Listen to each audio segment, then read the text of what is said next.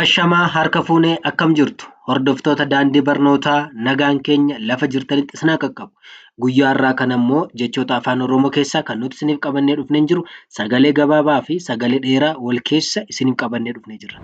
Isa kanaaf maatii keenya ta'uudhaan sabiskiraayib, sheer, foloo gochuu hin dagatinaa.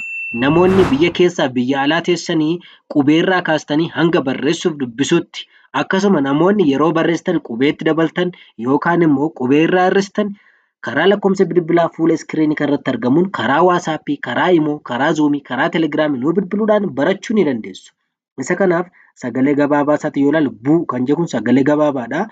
Busaa, bulee, bu'aa kun immoo sagalee dheeraadha. Buu jennee dubbisna sagalee dheeraa. Buusaa, buulee, buufata, cufe, cubbuu, cufaa, cuunfaa, cuubee, cuuphaa, dura, du'e, durba, duuba, duudhaa, duula, fufe, furii, fuudhe, fuula, fuudhuu, fuutuu, gube, gurra, gumaa, guutuu, guuboo, guuruu, humna, huccuu, hudhuu, huurka, huutuu, huufuu,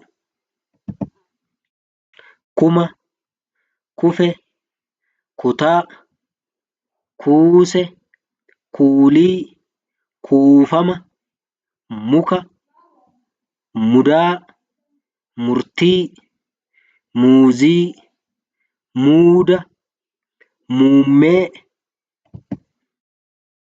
nuyi, nuti, numa, nuuraa, nuusa, nuuree, quba, qubee, qufaa, quuzii, quubsuu, quufa,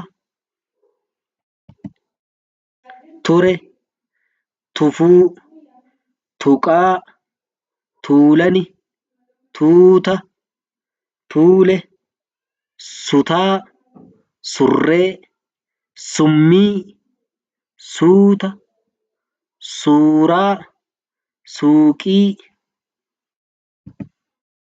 uruu, ulaa, use, uumuu, uumama, uummata, xurii, xumure, xurree, xuuxuu, xuubii, xuuxe. Egaa hordoftoota keenya hanga torban mata duree haaraatiin wal arginutti nagaan nuuf tura.